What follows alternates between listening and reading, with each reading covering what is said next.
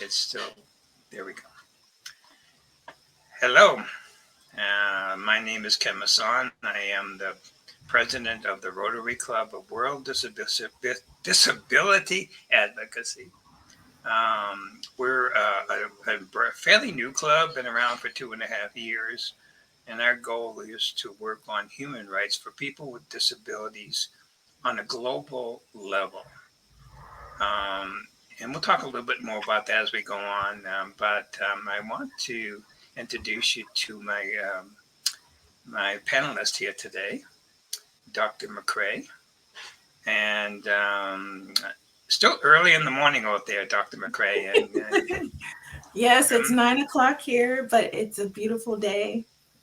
nice, very nice. Well, I'm actually in Colombia, South America, and you're in California, USA. So, Yes. um, Dr. McCray, well, we have a very important subject to talk about today. It's also a subject that Rotary is very interested in addressing over the next year and into the future, and that's mental health. And why don't we start with you introducing yourself? Let's find out a little bit more about who you are. Hi, everybody. My name is Dr. Tristaca McCray. I am the World Kindness Movement General Secretary and the founder of an organization called Nerds Rule Inc. Um, I've been having Nerds Rule Inc. for the past 12 years, and this is my first year. This month, I celebrate my first year as being the World Kindness General Secretary.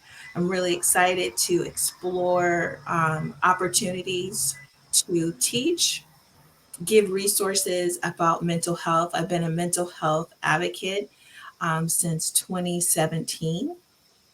I experienced some great tools of being an advocate of mental health. And, while we're talking and getting this resource out to everybody here watching this morning, we'll talk about why I became an advocate and dive in on mental health. Mental health is really a taboo subject in a lot of countries and households. So, Nerdril Inc., World Kindness Movement, and the other organizations that I serve are trying and want to help others get knowledge on mental health.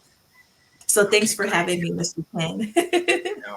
I'm pleased to have an opportunity to talk to you about this because it is such a huge subject. It's a huge Mhm. subject, and we're not going to be able to tackle it all in the short time we have here. But let's at least tap into the surface of it. So, why don't you tell me? I got kind of a two-part question for you here.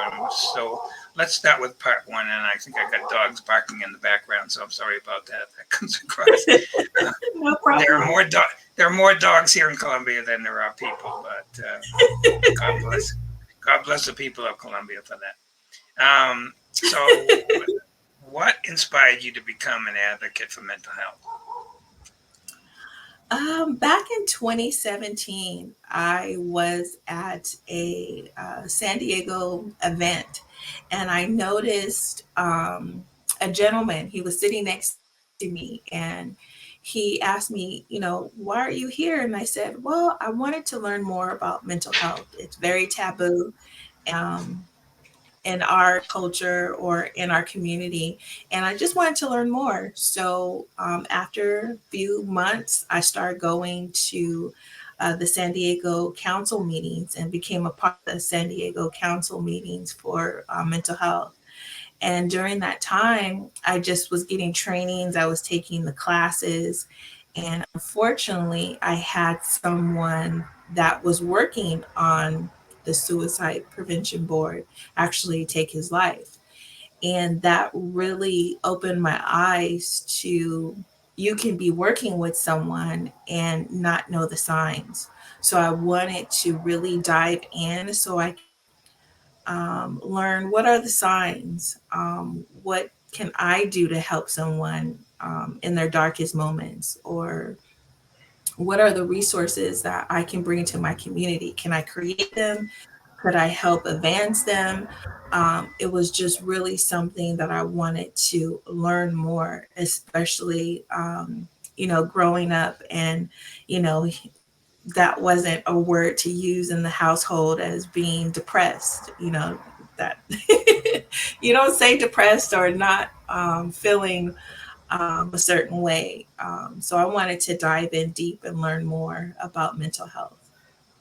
Excellent. And how do you envision your role in raising awareness on this important issue? Dealing for myself, I wanted to be an advocate and also share what I have experienced with mental health. I know that, losing someone to,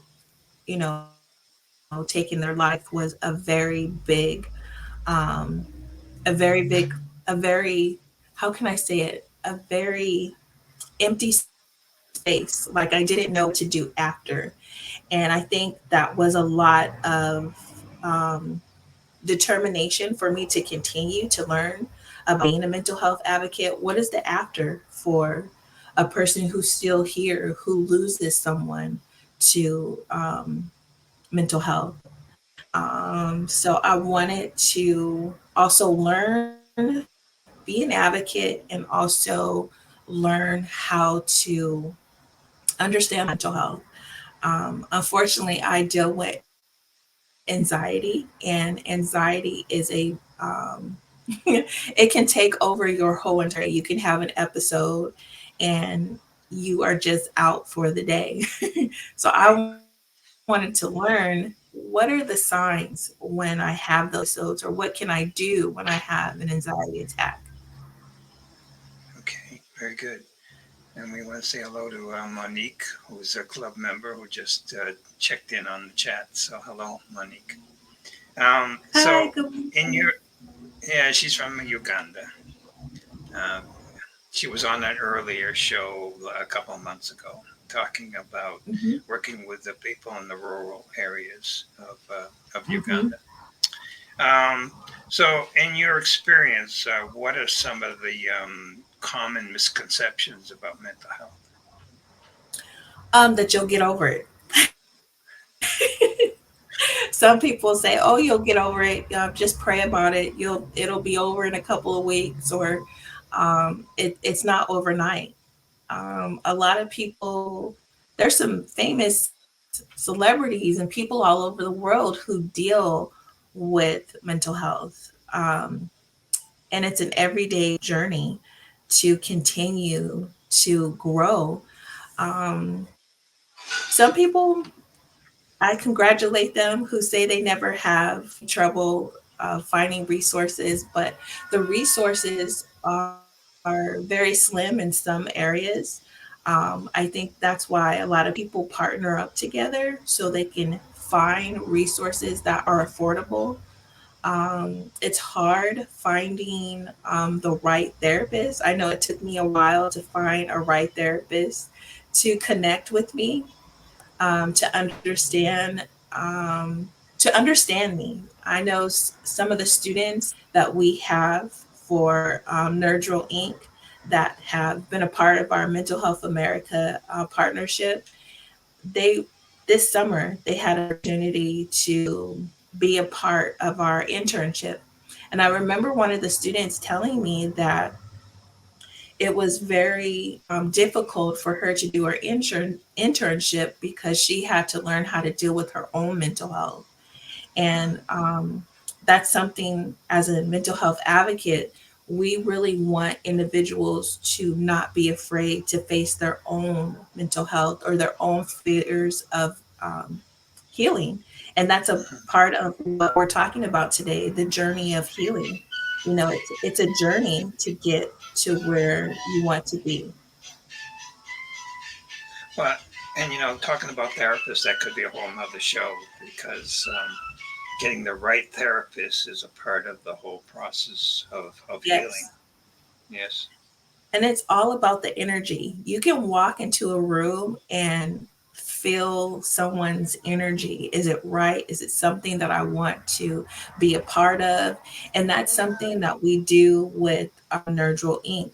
When we have our conferences or if we have our internships, we want to make sure that our youth and our teens are very in tune and available and present when they come to our workshops or they come to our trainings. You want people to actually feel they're present in their space, in their safe space. I'm going to make a note because we're going to have you back to talk about therapists sometime in the future. So, but so what can we collectively do to debunk the myths that are around mental health? Not be afraid of it. A lot of people are afraid to speak about mental health. A lot of people close the door on mental health. Not everybody. There's a lot of organizations that I am so excited to be a part of, especially with Mental Health America. Mental Health America has opened their doors of opportunities for my organization, and there's a lot of community interns that continue on being a part of our organization because of the training and the love and support that they get from Mental Health America. I think I met one of the reps, um, the community reps. Her name is Judy Patterson, and Judy has been a part of Nerdrel Inc. since 2019, and she has shown up with resources, trainings, um, you name it. She makes sure that anyone becomes a part of the trainings. The trainings are all free. Um, that they understand why they're becoming an advocate. Some people go, "Oh, I just want to learn about it," but once they learn about the resources, they wind up, you know, wanting to train their whole community because one of the trainings that I really enjoy is mental health first aid. That was the first training that I took. That's a breath of fresh air. That gives you the whole meaning of why you should be an advocate. And that's something that we give free with Nurture Inc. They have a free opportunity to become a mental health advocate by first learning the mental health first aid. So that's something to put in their toolkit. Super, sounds super. And yeah, there is a lot of stigma that goes around on mental health, both men and women. It's different a little bit in men and women, but a lot of pressure that you need to be strong Mhm. and confident, and very few of us are. Very few of us are. God bless the ones that are. But so and a lot of people, they don't want to admit that they're not that. And that's probably one of the first steps to going to the right therapist. Right. Finding the right therapist is something that we here at Nerdrel Inc. really push those who are doing training. Even the people that we have on our team that are therapists, they have a therapist, and that's I know one of my friends. Her name is Shane, and she's a wonderful therapist, and she speaks about having her own therapist. And I'm like, you go to therapy too? She's like, yes, I have to be ready and prepared for my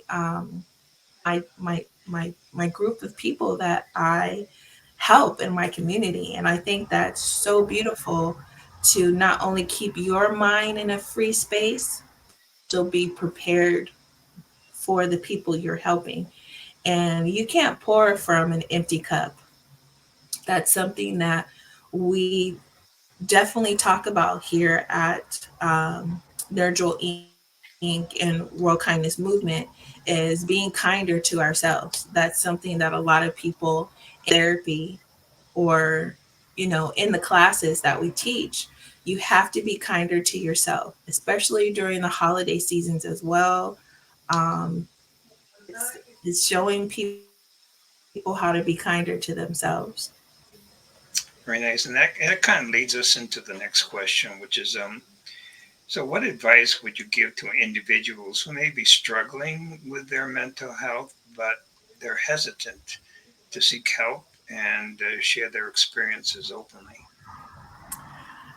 Now, I can give my experience because um, sometimes it's embarrassing to say, you know, you are not mentally well. And it's okay to say you're not okay. Find a space of people and individuals who you can trust. That's the first thing that you should do. Say that you're not okay. Just believe it. Just know that I'm not okay in this moment. And find someone that you can trust. Find someone that you can share what you're going through. Once you find that person, hold on to that individual because that's going to be the person that you're going to consistently talk to. And they're going to help you navigate and find um, someone else to speak to. And that would be your therapist. And find the right tools. But the first thing is to admit that you are not okay. And that's something I think they had like a sticker saying that I'm not okay. And I thought, you know what, that's the best thing to do. Just really say the word I'm not okay. Because once you say you're not okay, that's when your freedom starts. And that's when you start feeling like I can seek help or I can talk to someone and relieve, what's going on with me mentally. Right, and a lot of times, I think when people finally get to that point that they admit it, and then they go out and seek help, and they find out what's going on, they better understand themselves, and they feel more at peace with themselves at Hmm. that point too. Yeah.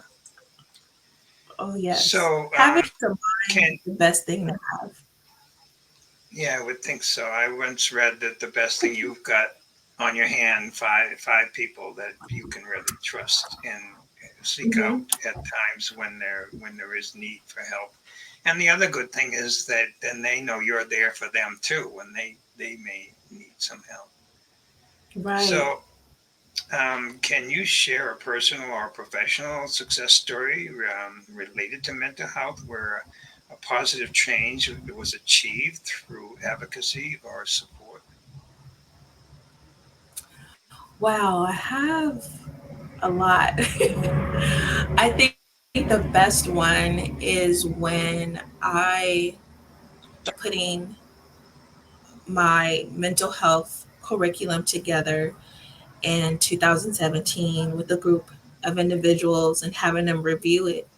And I remember there was a email that went out to a group and some schools, and they invited me for a couple of weeks to their school to teach my curriculum on bullying prevention, which was in Spanish, and mental health. So it was put together.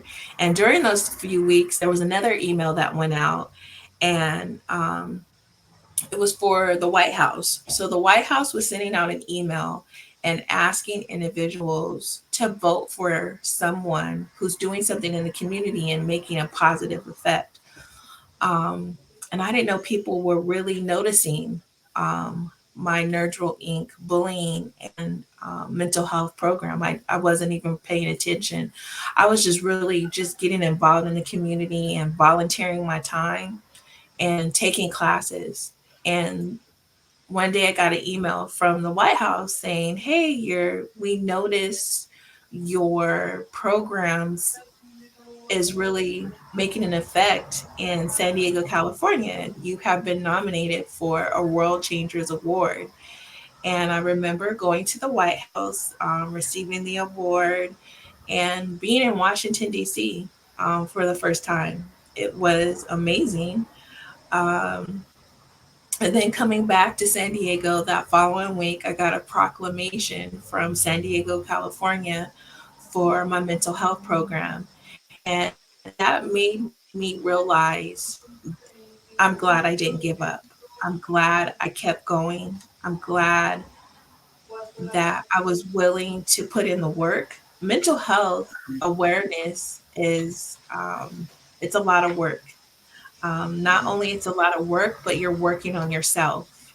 And I had to do, and I'm still doing a lot of work on myself to make sure that um, the resources that I'm allowed to provide to my community, they understand that the resources were personally created from my own personal experiences.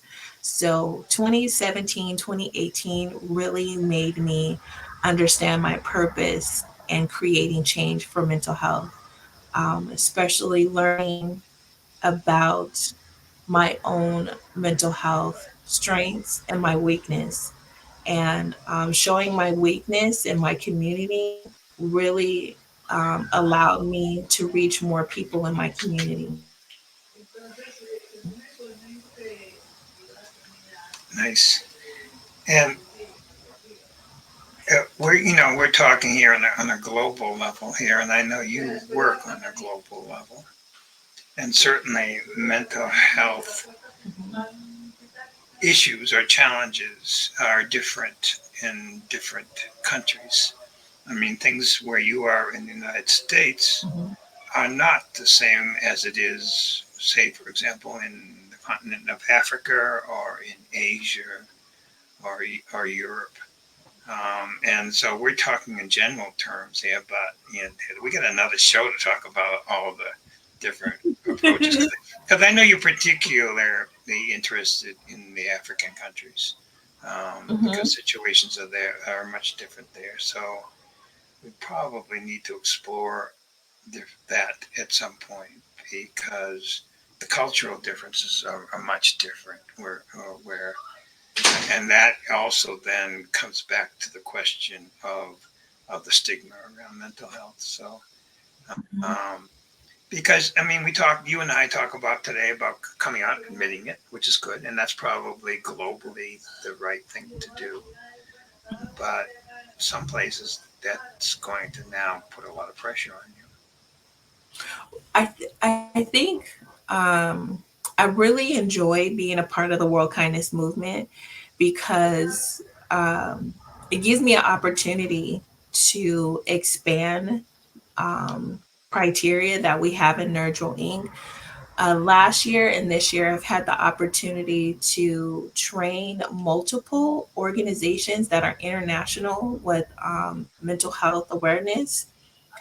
And it's so I get chills. It's so awarding to see a rainbow of different organizations come online and get training. I think one of the big organizations that I really enjoyed training was some organizations in Malawi, and there were some organizations in Uganda, and getting their testimonies on the training, getting the certificates, because most of the trainings that we have here in the US, we get certified. And that means something to us. Well, in the international, they can get the certifications, but it's only certifications here for us, but they still get them no matter what. They still want them. They still show that they have taken, the free trainings. And like I said, the first one is the mental health first aid. A lot of organizations who have taken the training for free with our organization never heard of it. They've created their own projects by taking that first class. Everyone who hasn't taken that training really should take that training because it'll help you not only with your community, but your family, yourself, your work. You'll see the signs. You'll learn how to understand individuals that are in your community, your home, your household. It's just a great training.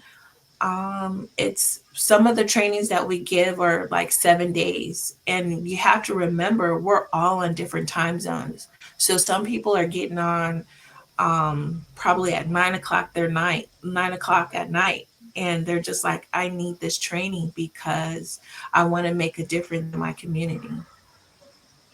Great. And before we get to the next question, because this kind of leads into it, I'm going to do a little ad here for Rotary, because you and I are both in the Rotary Club of World Disability Advocacy, and Mhm. you are our mental health ambassador in that organization. And so, once again, we're Rotary Club of World Disability Advocacy. We are a global organization, we're a virtual organization.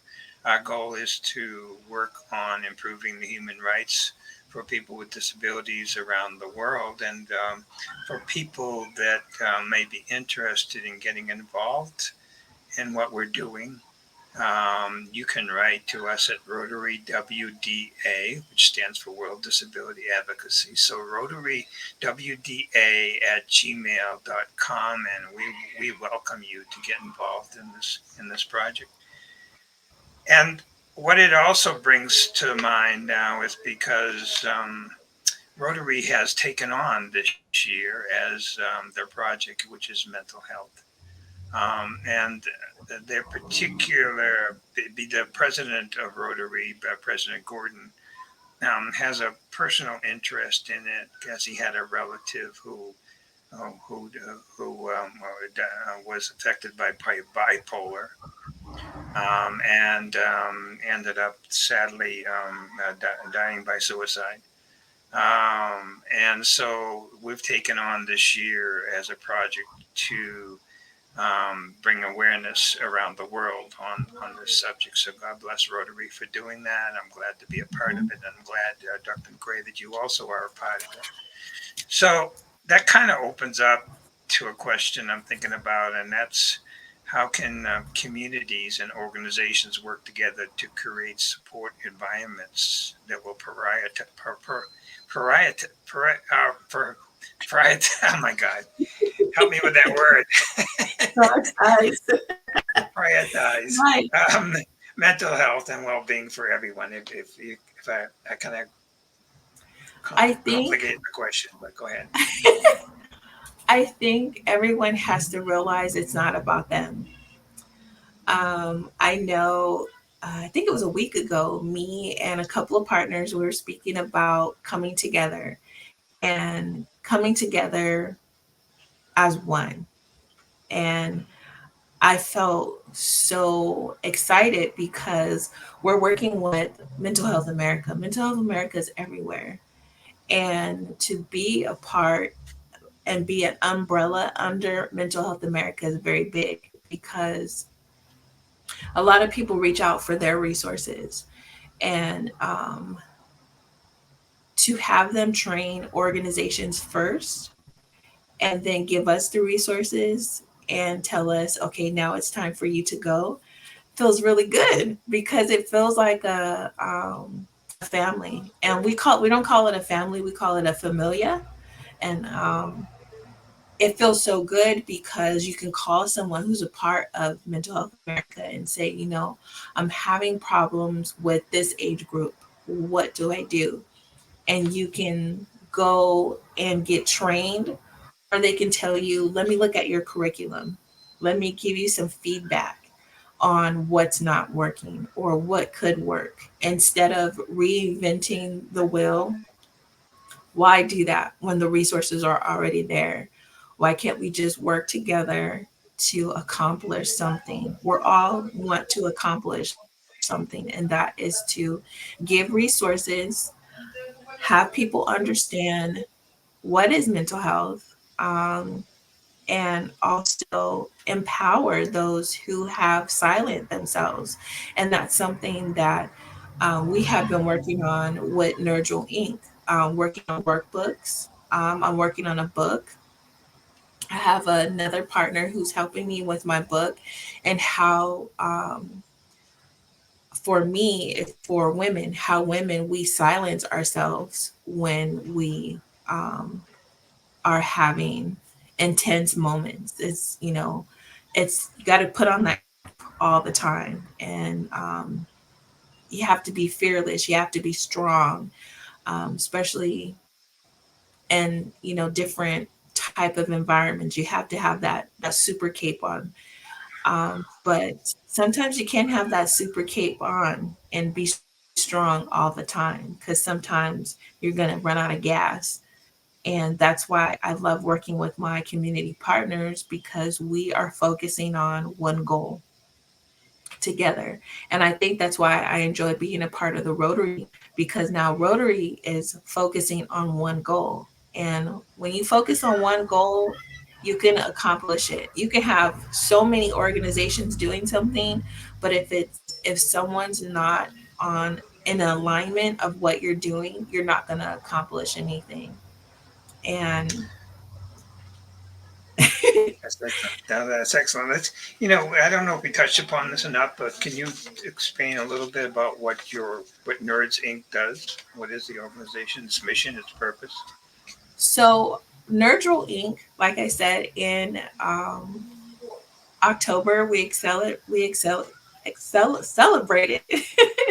12 years of doing workshops, conferences, trainings with teens and young adults, starting with ages 10 to 18. That's with the ambassador program, and 18 and over is with the fellows program. So teens and young adults get to come in and learn leadership skills.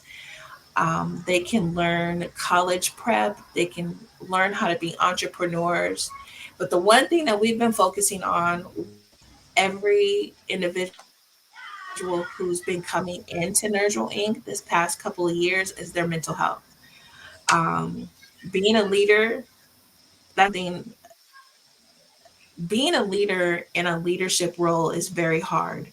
So we want to focus on the mental health stage first. So when you get into those rooms, when you get into situations, you're able to handle those closed doors or those no's, or you're not good enough. Because sometimes as a leader, you get that you're not good enough, or your program's not good, or you have to keep going. And that's something with Nerdrel Inc. We are that fun, exciting group to cheer you up, to make you smile, to make you believe in what you're doing.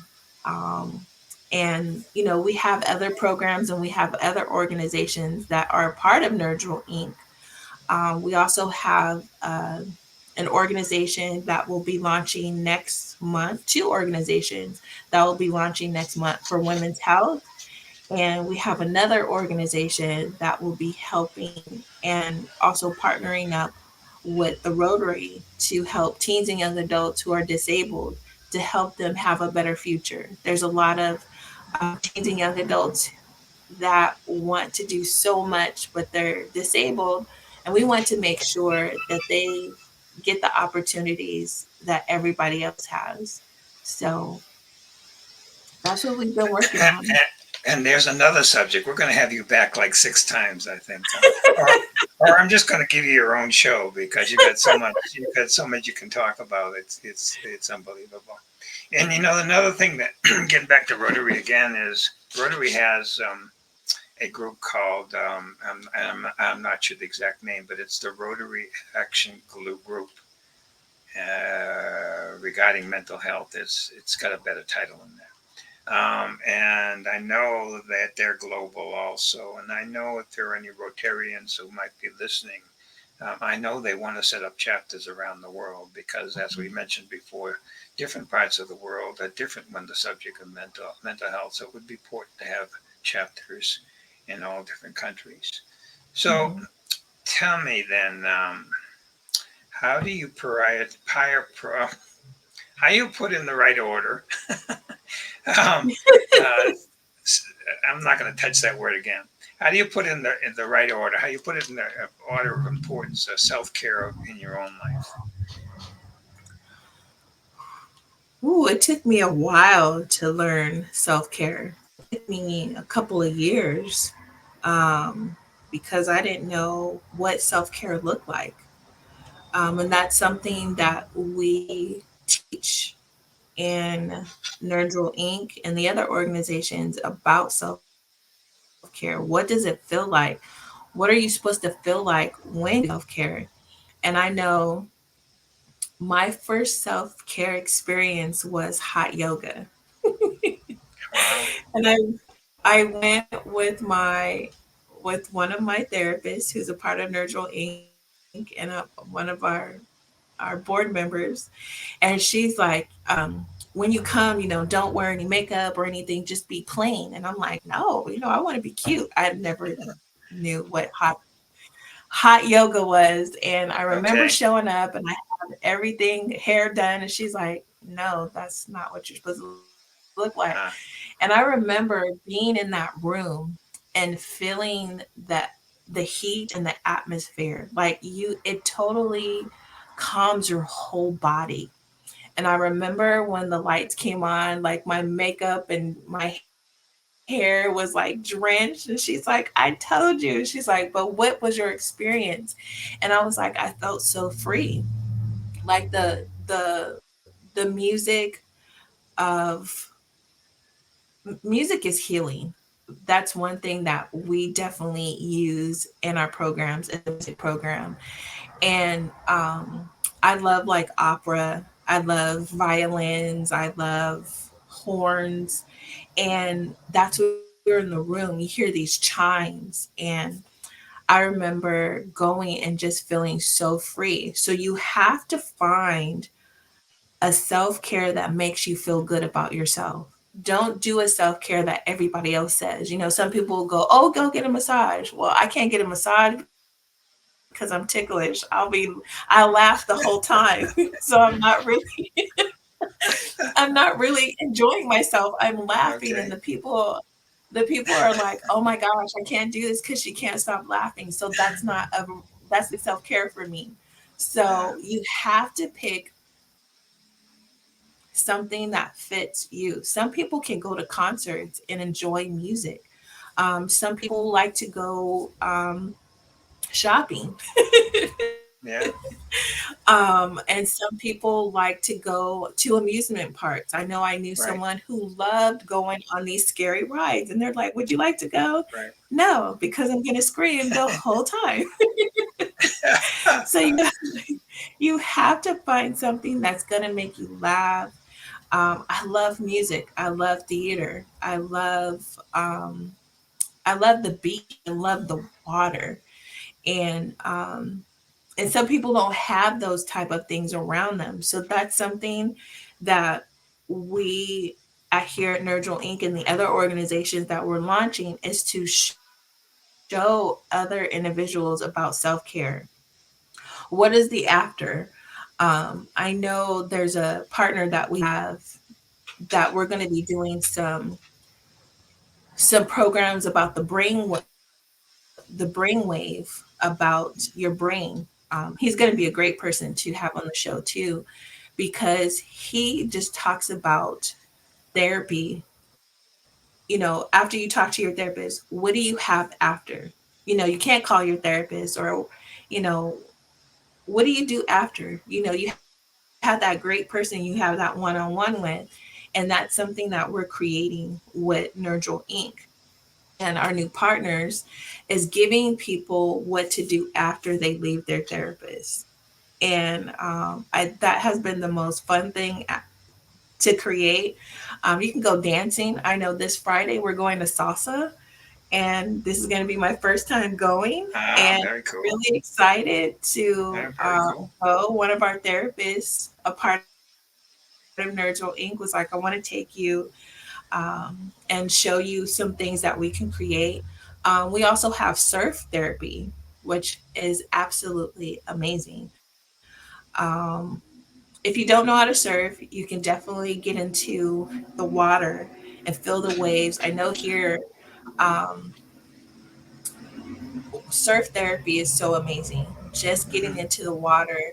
You can sit on Hmm. the board. You don't have to actually surf, but just feeling the vibration of the waves and just feeling your body just feel absolutely amazing. Even going to work out, they have like a surf therapy thing that you can go into. It's like a chamber, and you lay in there and you feel the waves on your body after you work out. It is the You can only stay on there for 10 minutes. But that 10 minutes, you just feel your body relax. Like after you work Mhm. out and you feel those waves hit your whole entire body, you can have it cold Mhm. waves, or you can have it like really warm on your body. But it's so worth finding something that makes you feel good. And I know, I don't know if they still have it. I know in California there was an organization that was working particular with people with disabilities on surfing, which so, I mean, surfing can give you a whole lot of different values that come out of it. You know, one of them is Oh, self yes. confidence. One of them is doing something you've never done before. Um, Right.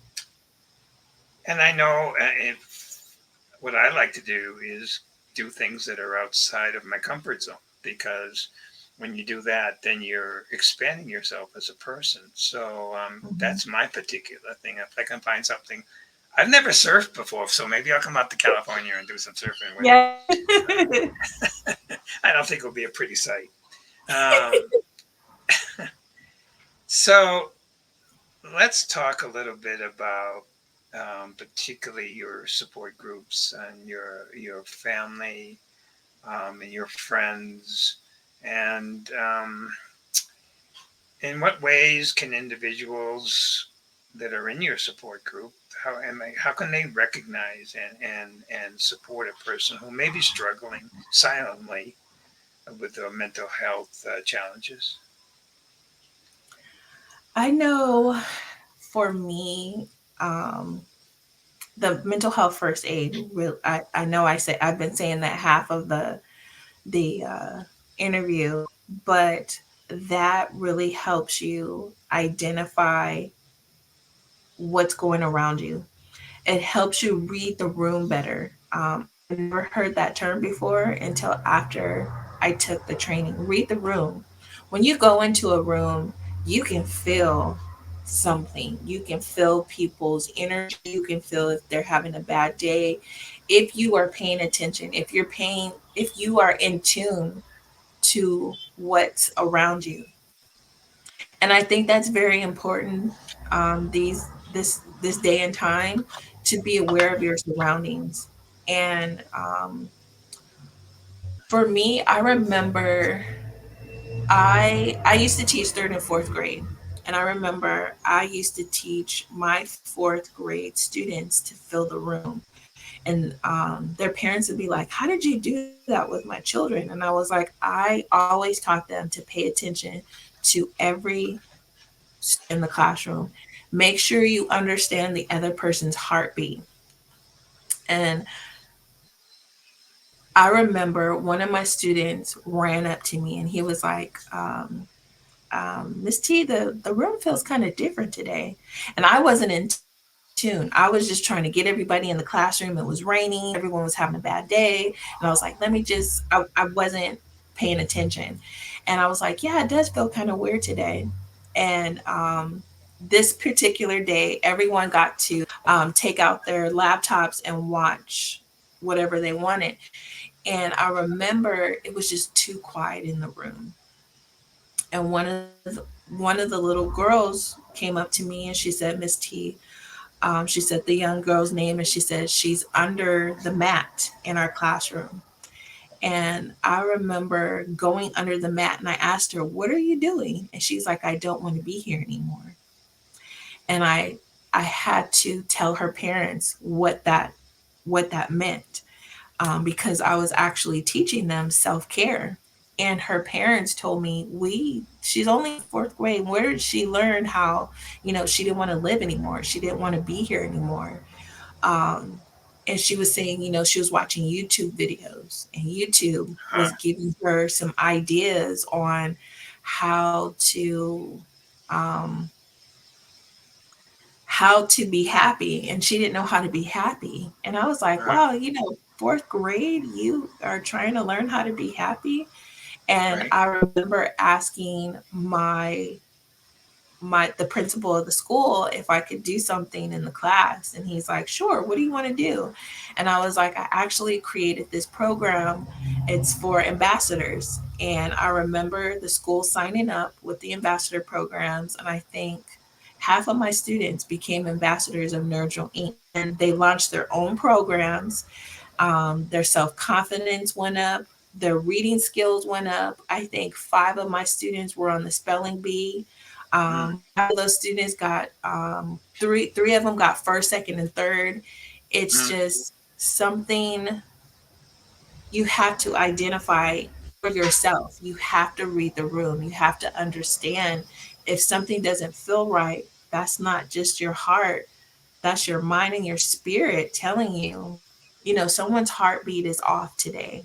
What I need to identify what's going on in my room, in my school, in my household. I feel that my wife is not right. I feel my husband's not right. So that's something that we're teaching with our Nerdrel Inc. fellows, our ambassadors, and the new 2 projects that we're launching next year is to help you identify someone whose heartbeat is not beating, you know, in that tempo with you. And that's something I always tell my partners is to understand somebody else's heartbeat in your room, because they could be hurting in silence. And I've right, been there before. right. So, and we can touch upon this in the future, but once again, so I'm a family member. I see that my son or my daughter doesn't seem to be acting right. Maybe is getting isolated and going into the room and things like that. Is the approach for that family member to say to the other family member, the son or the daughter, "Are you okay?" I know the best thing, if you don't want to wait to the end, you always want to make a conversation. Always conversation is not bad. Always ask questions. And I think that's what a lot of us don't do as mental health advocates. We teach others how to ask those questions. And like I said, mental health first aid helps you ask the right questions. Because sometimes they'll weed you off and go, oh, yeah, I'm fine. But with mental health first aid, it'll give you like a list. When we get off, I can, or I'll put in the chat the link where people can sign up for mental health first aid. It's free. Okay, good, Um, good. it gives you it gives you more confidence. Being a mental health advocate, I can say for myself, has given me a lot more confidence in myself, especially going through creating curriculums and also going through it myself. Experiencing my own curriculum has allowed me to understand my purpose even more being a mental health advocate. Okay, good. And also that family member maybe needs to accept the fact that they are not in a position to provide the right help for their son or daughter, and to seek professional help, because it's important that it's handled properly, the whole situation. Right. Right, And it's handled with love and compassion. A lot of and that's something that we are teaching our community, to have more compassion with mental health. Some people will be like, oh, just pray it off, you'll be okay. Well, that's not having compassion. And that's what I'm learning about World Kindness Movement. Being the World Kindness Movement General Secretary is also learning kindness. You have to right, be kinder to yourself. That is the number right, one thing. You have to be kinder to yourself and right. understand it's okay not to be okay. It really is. Very cool. We're all human. And like we said at the beginning, this is a huge subject. We're just touching the surface of it, just trying to maybe educate some people, awareness, and bring awareness to people. Maybe even trying to get people to start thinking about themselves a little more. Mhm. And there may be, I'm sure there are some people out there that are thinking, wow, if I can get in touch with Dr. McCray, maybe she can connect me with the right people. So how are they going to get in touch with you, Dr. McCray? So you can email us at info@nerdswollinc.org. You can email our team. Our interns is happynerds2015@gmail.com. And they will send out tons of information to you. I know they love sending out information to you. We have two college students that volunteer with us who are also um, loving and wanting to become therapists. So they volunteer with us once a month, and I'm happy to have them because they're giving me their experience as well, and seeing them grow. I know we've had one young lady with us for a few years, and watching her grow. And we have another teenager that just graduated from high school, or hopefully she'll be contacting us and coming on board. But she got to do her internship at Mental Health America, and just reach out. We're also on Facebook. Everything is under Nerdrel Inc. We're on Instagram. You can go to our website, which is nerdrelinc.org as well, and just get involved. You can be a trainer. We can train you to train others with mental health first aid, or you can be a part of our fellowship program. Our fellowship program, you can learn more and be involved in our community. And we're not just here in the US, we're also registered in Ghana, Uganda, and Nigeria. So, and we're working towards getting in South Africa. So we're international, but also with the World Kindness Movement. The World Kindness Movement has over 27 nations that are a part of the World Kindness Movement. So next year Okay. is going to be really, really big for everybody to get involved. Okay, I'm gonna put you a little on the spot here because I know you and I and Rotary are going to work a lot more on, and you could be more visible, trying to give out some messages on mental health. And there may be a Rotary Club out there or other organization that would be interested in having you speak. Is that something you'd be open to do? Oh, yes. Okay, Um, I would love to, and love to expand our resources to more individuals. okay, sounds good. Very much appreciate this conversation. You're always fascinating to talk to about. Thank I you. always learn something new every time I talk to you, and we're coming back. We're going to be coming back with you again at some point because there's so much to talk about in this area. So, and I think you and I talked about the possibility of you doing your own show on here. So we'll work on that and get that scheduled and let people know about that. So Yes, that would be very good. And thank you for the opportunity. Thank you for working with Nerdrel Inc. and allowing me to really spread my wings with Rotary. Um, Mr. Ken, you have been a blessing to our organization, and I'm so excited to have you a part of what we are doing next year for our own, um, mental health, and our just you're just a great person, and I'm so well, blessed thank to you. have you a part of my life. Thank you. So this is the end of the show, but this is only the beginning of the message. So you'll Yes. you'll you'll see more from Dr. McCray in the near future. Okay.